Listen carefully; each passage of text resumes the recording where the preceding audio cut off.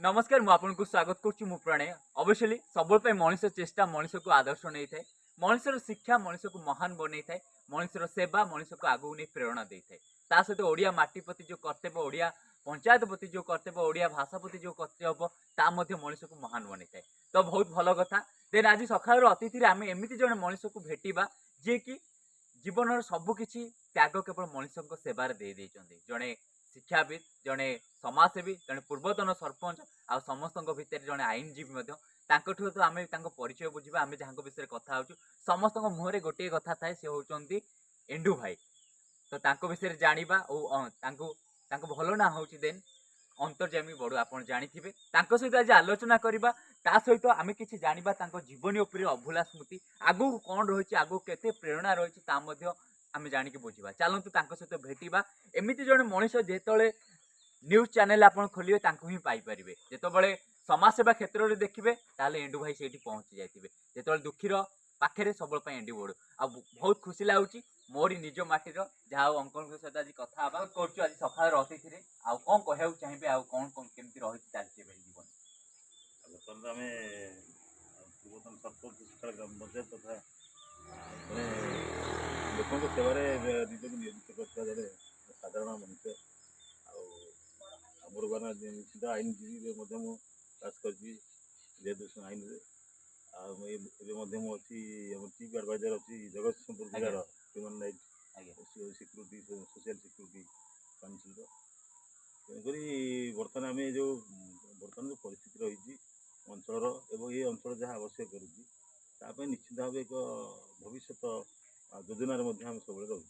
ଆଚ୍ଛା ଆଜ୍ଞା କେତେ ବର୍ଷ ହେଲାଣି ସରପଞ୍ଚ ଥିଲେ ଆଉ କେମିତି କ'ଣ ଥିଲେ ଟିକେ ଆମ ଦର୍ଶକ ବନ୍ଧୁଙ୍କୁ କହିବେ। ସରପଞ୍ଚ ଥିଲା ଏକ ଅଭୁଲା କାହାଣୀ ବା ଇତିହାସ ଯେତେବେଳେ କି 1900 ମହାବାତ୍ୟା ଆଜ୍ଞା ଛାରଖାର ଏ ଅଞ୍ଚଳ କୌଣସି ଲୋକ ଅଣ୍ଟା ଭିଡ଼ି ଯାଇନଥିଲେ ଏ ଅଞ୍ଚଳକୁ ସୁରକ୍ଷା ଦେବା ପାଇଁ ଯେହେତୁ ଏ କୌଣସି କଟକ ଜିଲ୍ଲାର ସୀମାନ୍ତ ଅଞ୍ଚଳ ସେତେବେଳେ ମାତ୍ର ମୋତେ ବୟସ ମୋତେ 28 ବର୍ଷ ଆଜ୍ଞା ସେ ସମୟରେ ଯେତେବେଳେ ମୁଁ ବୁଲେ ଗାଁରେ ସମସ୍ତେ ଗୋଟେ କରୁଣ ଦୃଷ୍ଟିରେ ଚାହିଁଥାନ୍ତି ଯେ ଏଇ ପିଲାଟି ବୋଧେ କିଛି କରିପାରିବ ମୋତେ ସମସ୍ତେ କହନ୍ତି କିଛି ରିଲିଫ୍ ବ୍ୟବସ୍ଥା କରନ୍ତୁ ଏ ଅଞ୍ଚଳ ହାହାକାର ଆଉ ସେପଟେ ଯେ ନିଗାଳି ପ୍ରଶାସନ ପହଞ୍ଚି ପାରୁନାହିଁ କଟକ ପ୍ରଶାସନ ସେପଟେ ପହଞ୍ଚି ପାରୁନି ଯେହେତୁ ମଝିରେ ଶିକ୍ଷାର ବ୍ରିଜ୍ ନଥିଲା ତେଣୁକରି ଏଇ ଗୋଟିଏ ମାତ୍ର ବ୍ରିଜ୍ ତେଣୁ ଯଦି ଚାହାନ୍ତେ ଆପଣ ଜଗତସିଂହପୁର ପାଖରୁ ମଧ୍ୟ କିଛି ଆମକୁ ଆଣିକି ବ୍ୟବସ୍ଥା କରନ୍ତେ ଗୋଟେ ମାନବିକ ଯେଉଁ ରହିଛି ସେବା ତାକୁ ମାନେ ଆଗେଇ ନେବା ପାଇଁ ଏବଂ ସମଗ୍ର ମଣିଷ ଯେତେବେଳେ ଏକ ଡିଜାଷ୍ଟର କଣ୍ଡିସନ୍ ଥାଏ ବିପର୍ଯ୍ୟୟ ଯେତେବେଳେ ସମସ୍ତେ ନିରୁପାୟ ସେଇ ସମୟରେ ଯେଉଁମାନେ ଛିଡ଼ା ହୁଅନ୍ତି ଆଉ ମୁଁ ଜାଣେ ଯେ ସେ ହେଉଛି ସମସ୍ତଙ୍କ ବଡ଼ କାମ ମୁଁ ସେଥିପାଇଁ ସେତେବେଳେ ଅଣ୍ଟା ଭିଡ଼ିଥିଲି ଏବଂ 2000 ମସିହାଟାରେ ମୁଁ ସରପଞ୍ଚ ଥିଲି ଆମର ସରପଞ୍ଚ ପୂର୍ବତନ ସରପଞ୍ଚ ସବୁ ମହାବାତ୍ୟାରେ ଯେଉଁ ସାମୁଦ୍ରିକ ତୋଫାନ ଆସିଲା ସେଠି ମଧ୍ୟ ସେ ତାଙ୍କର ପ୍ରାଣତ୍ୟାଗ କରିଥିଲେ ଆମର ହେଉଛି ରବୀନ୍ଦ୍ର ଜେନା ପୂର୍ବତନ ସରପଞ୍ଚ ତାପରେ ନଗେନ୍ଦ୍ର ନାୟକ ଥିଲେ ତାଙ୍କ ପୁତୁରା ମଧ୍ୟ ନିମାଇ ସେ ମଧ୍ୟ ଥିଲେ ତେଣୁକରି ଏମାନେ ତ ମାନେ ସେଠି ତାଙ୍କର ଜୀବନ ହାରିବାକୁ ପଡ଼ିଥିଲା ତା ପରବର୍ତ୍ତୀ ସେହି ମାନେ ତାଙ୍କର ସମାଧିରେ ମୁଁ ଶପଥ ନେଇଥିଲି ଯେ ଲୋକଙ୍କ ସେବା କରି ପୁଣି ଶିକ୍ଷାକୁ ପୁଣି ଏକ ଆସ୍ଥା ବିଶ୍ୱାସ ଦେଇଗଲି। ଆଚ୍ଛା ଆପଣଙ୍କ ପାଇଁ ତ ଶିକ୍ଷାଳ ପଞ୍ଚାୟତ ଯେହେତୁ ଗୋଟେ ସ୍ତରରେ ପହଞ୍ଚିଛି ଆଜ୍ଞା ସରପଞ୍ଚ ଥାଇକି ଯାହା ବି କରନ୍ତି ସେ ସରପଞ୍ଚ ନଥାଇକି ମଧ୍ୟ ସେୟା କରୁଛନ୍ତି ସମାଜସେବା କ୍ଷେତ୍ରରେ ଆଉ ଜଣେ ଭଲ ଗୋଟେ ସୋସିଆଲ ମିଡ଼ିଆ ଜଣେ ଯେତେବେଳେ ଆଙ୍କର ଯେତେବେଳେ ଆମେ ନିଅ ଗୋଟେ ଭଲ ବାର୍ତ୍ତା ହିସାବରେ ସେ ମଧ୍ୟ ଦେଇପାରନ୍ତି ଆଜ୍ଞା ଯେତେବେଳେ ଟିଭିରେ ଆପଣ ବାର୍ତ୍ତା ଦିଅନ୍ତି ବା ଲୋକମାନେ ଆପଣଙ୍କ କଥା ଶୁଣନ୍ତି ସେ ସମୟଟା କେମିତି ଲାଗେ?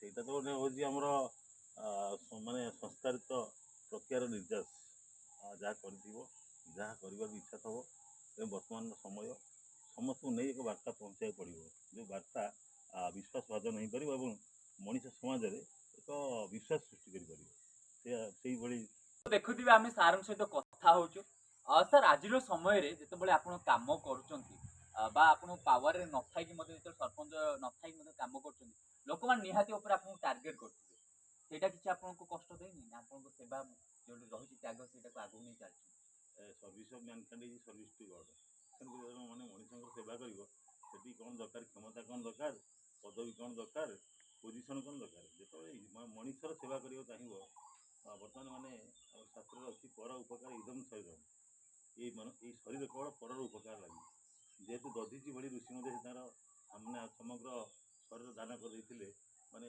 ରକ୍ଷା କରିବା ପାଇଁ ଦେବତାମାନଙ୍କୁ ତେଣୁକରି ଯେତେବେଳେ ମଣିଷ ତା ଶରୀର ସମାଜ କାମ ନ ଲାଗେ ତାର କଥା ସମାଜରେ କାମ ଦିଏ ନା ତାର ମନୋଭାବ ମନୋବୃତ୍ତି ଯଦି ସାମାଜିକ ଭାବନା ସୃଷ୍ଟି କରେ ନା ସେ ମଣିଷ ରହିବା କେତେ ପଦ ପଦେ। ସେଇଥିପାଇଁ ବିଜୟାନନ୍ଦ ପଟ୍ଟନାୟକ କହିଥିଲେ ତାହେଲେ କ୍ଷମତା ସୃଷ୍ଟି କର, କ୍ଷମତା ଉପଭୋଗ କର। ଆଉ ସେ କ୍ଷମତା ସୃଷ୍ଟି କରେ ସେ ହେଉଛି କ୍ଷମତାଶାଳୀ।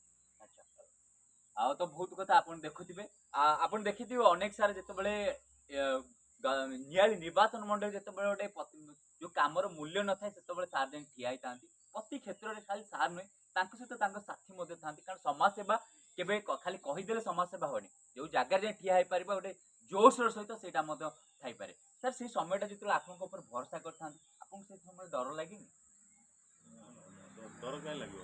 ସମାଜ ସେବା କରିବା ପାଇଁ ତ ଆମେ ଯେତେବେଳେ ବ୍ରତୀ ହେଇଛୁ ନିଜେ ନିଶ୍ଚିତ ଭାବେ ସମାଜର ଆବଶ୍ୟକତା ରହିଛି। ତେଣୁକରି ସମାଜ ସେବା ଆମେ ମଧ୍ୟ ପାଇଛୁ। ଏ ସୂର୍ଯ୍ୟ ଚନ୍ଦ୍ର ତାରା ପୃଥିବୀ ଆଉ ସମଗ୍ର ଜୀବଜଗତ ଗଛ ଲତା ସମସ୍ତଙ୍କର ଦାନ ଅଛି।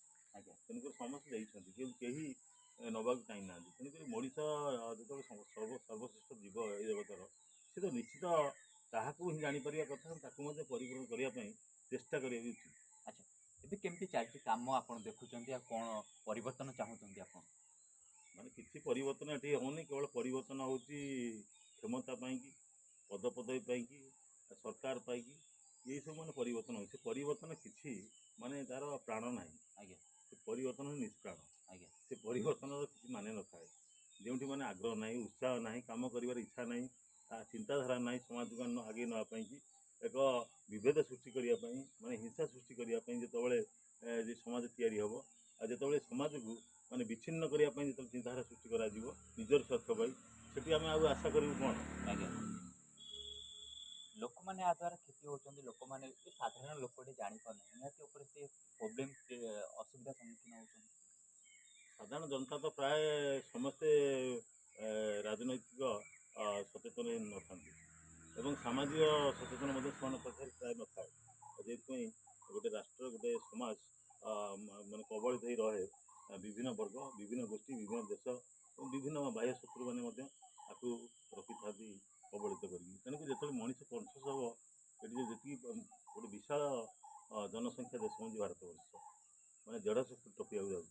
ତେଣୁକରି ଏଭଳି ଏକ ବିଶାଳ ଜନସଂଖ୍ୟା ବିଶିଷ୍ଟ ଦେଶରେ ନିଶ୍ଚିତ ଭାବେ ମାନେ ସାକ୍ଷରତା ହାର ହେଉ, ତାପରେ ସେମାନଙ୍କର ସ୍ୱାସ୍ଥ୍ୟ ସମସ୍ୟା ହେଉ ଏବଂ ତାଙ୍କର ଯେଉଁ ରହିଛି ଦକ୍ଷତା, ଯେଉଁ ସ୍କିଲ୍, ସେ ମଧ୍ୟ ଡେଭଲପ୍ ହେବାର ଅଛି। ଯଦି ନ ହେବ ତାହେଲେ ଏ ବିଷୟ ନ ଜାଣିପାରିବେ ସେମାନେ ନିଶ୍ଚିତ ଏକ ଭୁଲ ଚଏସ୍ କରିବେ ଏବଂ ଭୁଲ ଜିନିଷଟାକୁ ବାଛିବେ।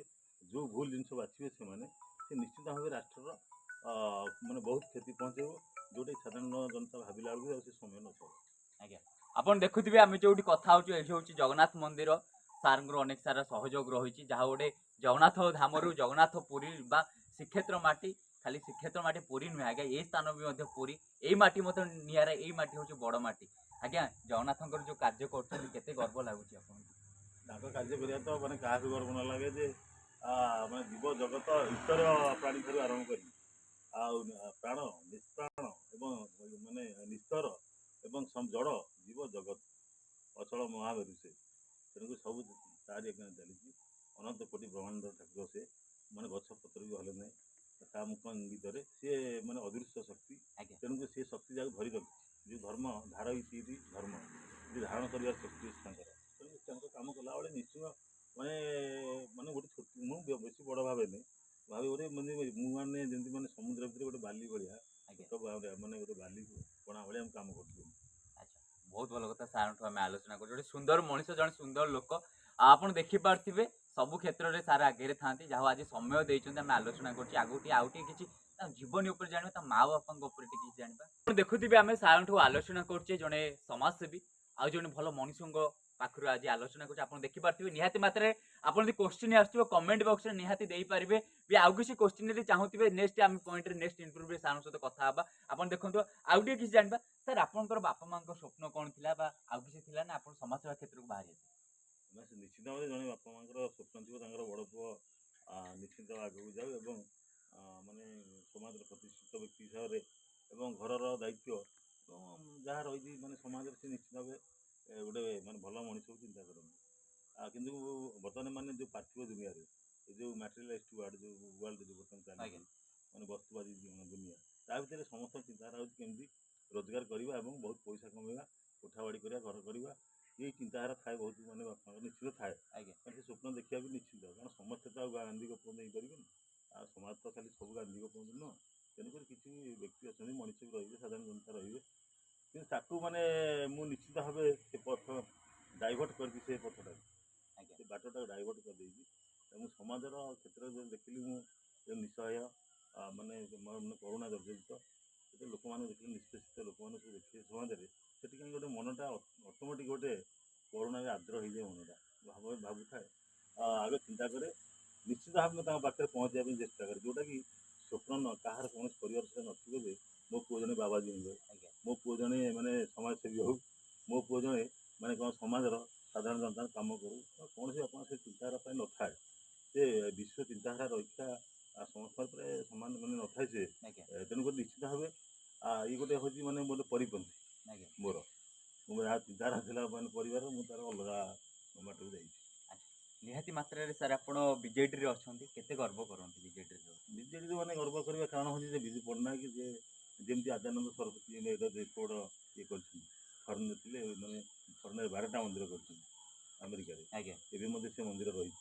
ତାଙ୍କର ମାନେ ଦେହାନ୍ତରେ ତାଙ୍କ ଅବର୍ତ୍ତମାନରେ ସେ ମୋତେ କହିଥିଲେ ଏଠି ଭୂମି ପୂଜା କଲାବେଳେ ମୋତେ ବସେଇଥିଲେ, ଦେଖ ସିଏ ଆଜି କରିଛନ୍ତି, ସିଏ ନାହାନ୍ତି, ଆଜ୍ଞା ସିଏ ତାଙ୍କ ଦେହାନ୍ତ ହେଇଗଲାଣି। ଆଜ୍ଞା ମାନେ ଯେତେବେଳେ କାମ କରୁଛନ୍ତି ସେମାନେ ଅହର କାମ କରନ୍ତି, ଯେତେବେଳେ କାମ କଲାବେଳେ ସେ ଚିନ୍ତା କରନ୍ତି କ'ଣ ଆମ ଲାଭ ହେବ, କ'ଣ କ୍ଷତି ହେବ। ଆଜ୍ଞା କିନ୍ତୁ ଯେଉଁମାନେ କର୍ମୀ ସେମାନେ କାମ କରିବେ, ସେମାନେ ଭାବିବେନି କ'ଣ ଅଛି ଆଗରୁ ଲକ୍ଷ୍ୟ ଭବିଷ୍ୟତ ଉଦ୍ଦେଶ୍ୟ କିଛି ନଥାଏ, ସେ କାମଟାକୁ ସମ୍ପୂର୍ଣ୍ଣ କରିବା ପାଇଁ ସେ ଲାଗିଥାନ୍ତି। ସେମିତି ବିଜୁ ପଟ୍ଟନାୟକ ହେଉଛି ସେଇଭଳି ଏକ ଅଦମ୍ୟ ବ୍ୟକ୍ତିତ୍ୱ ଓଡ଼ିଶାର ନୂଆ ଭାରତ ନୁହଁ, ସମଗ୍ର ବିଶ୍ୱର, ଆଜ୍ଞା ଯାହାଙ୍କ ନାଁରେ ଦଳ ହେଇଛି। ମୁଁ ତାଙ୍କ ଉଦ୍ଦେଶ୍ୟରେ ତାଙ୍କର ଆଦର୍ଶରେ ନିଶ୍ଚିତ ଅନୁପ୍ରାଣିତ ହେଇଥିଲି। ଆଉ ନବୀନ ପଟ୍ଟନାୟକ ଜଣେ ୱାର୍ଲଡ କ୍ଲାସ୍ ଫିଲୋସଫି। ବିଜେଡି ଯେହେତୁ ସରକାରରେ ନାହିଁ, କିନ୍ତୁ ସେ ପୁଣି କମ୍ ବ୍ୟାକ୍ କରିବ, ଲୋକମାନେ ଜାଣିସାରିଛନ୍ତି, ଆପଣ ଜାଣିଛନ୍ତି ନେକ୍ସଟ ଇୟର ଆରମ୍ଭ ହେଇଯିବ, ଅଲରେଡ଼ି ଆରମ୍ଭ ହୋଇସାରିଲାଣି। ଆପଣ କେମିତି ଆଶା ରଖିଛନ୍ତି ଲୋକମାନେ ପୁଣି ଥରେ କେମିତି ଆସିବେ? ଗୋଟେ ଆଞ୍ଚଳିକ ଦଳ ହେଉଛି ମାନେ ଅଞ୍ଚଳର ଅସ୍ମିତା, ଗୋଟେ କେନ୍ଦ୍ର ମାନେ ଜାତୀୟ ଦଳ ମାନେ ଅସ୍ମିତା ନୁହଁ ଗୋଟେ ରାଜ୍ୟର ବି ଗୋଟେ ଅଞ୍ଚଳର। ଆଜ୍ଞା ସିଏ ହେଉଛି ଏକ ରାଷ୍ଟ୍ର ଚିନ୍ତାର ଦଳ, ଏକ ରାଷ୍ଟ୍ର ଚିନ୍ତାଧାରା ଦଳ, ଏସବୁ ହେଉଛି ନିଶ୍ଚିତ। କିନ୍ତୁ ଆଞ୍ଚଳିକ ଯେଉଁ ଅସ୍ମିତା କହିଲେ ହେଉଛି ଯେଉଁ ଆଞ୍ଚଳିକ ଦଳ, ଯେଉଁ ଅଞ୍ଚଳର ଭାବନା, ଅଞ୍ଚଳର ମାନେ ଆଶା, ଅଞ୍ଚଳର ଆକାଂକ୍ଷା, ଅଞ୍ଚଳର ଆବଶ୍ୟକତା ନେଇ ତିଆରି ହେଇଥାଏ ଆଞ୍ଚଳିକ ଦଳ। ଯିଏ ଆଞ୍ଚଳିକ ଅସ୍ମିତା ରକ୍ଷା କରିପାରେ ସେ ହେଉଛି ଆଞ୍ଚଳିକ ଦଳ। ଆଜ୍ଞା ସେ କାହା କଥା ଶୁଣିବ, ନିଜ ଅଞ୍ଚଳର କଥା ନିଶ୍ଚିତ ଆଗ ଶୁଣିବ, ତାପରେ ଚିନ୍ତାଧାରା କରାଯିବ ଯେ ସମଗ୍ର ମାନେ ରାଷ୍ଟ୍ର କଥା, ଅନ୍ୟ କଥା। ତେଣୁକରି ଅସ୍ମିତା ଦଳ ଆସିছে ସେଇଟା ହେଉଛି ଆଞ୍ଚଳିକ ଦଳ।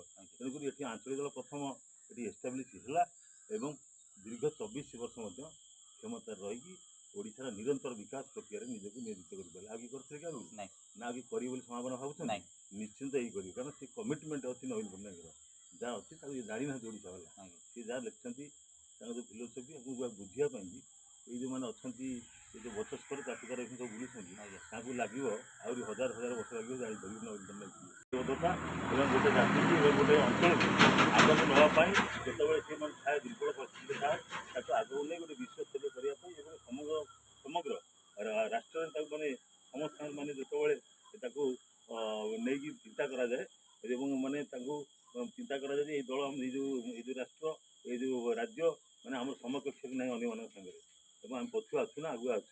ତେଣୁ ଆମେ ଆଉ କ'ଣ କରିବାକୁ ପଡ଼ିବ, କ'ଣ କ'ଣ ଆବଶ୍ୟକତା ରହିଛି, ଆର ପ୍ରାକୃତିକ ସମ୍ପଦ କ'ଣ, ଆର କ'ଣ ଅଛି ମିନେରାଲ, ଆର କ'ଣ ଅଛି ରିସୋର୍ସ, କ'ଣ ଅଛି ଆର ମାନେ ଆର କଲଚର କ'ଣ ଅଛି, ଆଉ ସବୁ ନେଇ ଯେତେବେଳେ ଜଣେ ଆଗେଇବ ସେ ନିଶ୍ଚିନ୍ତ ଏକ ପୁରା ଶୀର୍ଷରେ ପହଞ୍ଚେଇବ ଏବଂ ନିଶ୍ଚିନ୍ତ ଭାବେ ସେ ସମସ୍ତଙ୍କୁ ଆଗକୁ ଯିବେ। ବହୁତ ଭଲ କଥା, ଆମେ ସାର୍ଙ୍କ ସହିତ କଥା ହଉଥିଲୁ ସକାଳର ଅତିଥିରେ। ଦେନ୍ ଯେହେତୁ ସମୟ ହେଲାଣି ପୁଣି ଥରେ ସାର୍ଙ୍କ ସହିତ ଟପିକରେ ଆଲୋଚନା କରିବା ପ୍ରତି ପଏଣ୍ଟରେ। ଦେନ୍ ସାର୍ଙ୍କର କଥା ରହିଛି, ଆଉ ସୋସିଆଲ ମେସେଜ ରହିଛି, ଆଉ ୟଙ୍ଗ ଜେନେରେସନ ଯେଉଁ ପିଲାମାନେ ଆସନ୍ତି ସେ ମଧ୍ୟ ବୁଝିପାରିବେ। ଆଜ୍ଞା ସମସ୍ତେ ଯାଆନ୍ତି, ଗୋଟେ ଯେତେବେଳେ ମଣିଷକୁ ଛୋଟ ଭାବନ୍ତି ସେ ନିଚ ଥାଏ, କିନ୍ତୁ ସେ ପୁଣି ଥରେ ରେଡି ହୁଏ, ପୁଣି ଉଠେ, ପୁଣି ମଇଦାନରେ ଜୋରଦାର ସହିତ ଆସି ପହଞ୍ଚିଥାଏ। ଯାହା ହଉ ସାର୍ଙ୍କ ଆମେ କଥା ହେଲୁ ପ୍ରତି ପଏଣ୍ଟରେ, ବହୁତ ଜଣେ ବିଜ୍ଞ, ଭଲ ଲାଗୁଛି ସାର୍ଙ୍କ ସହିତ ଆଲୋଚନା କରି। ପୁଣି ଥରେ ଦେଖା ହେବା, ରହୁଛି ନମସ୍କାର ଆଉ ଥ୍ୟାଙ୍କ ୟୁ।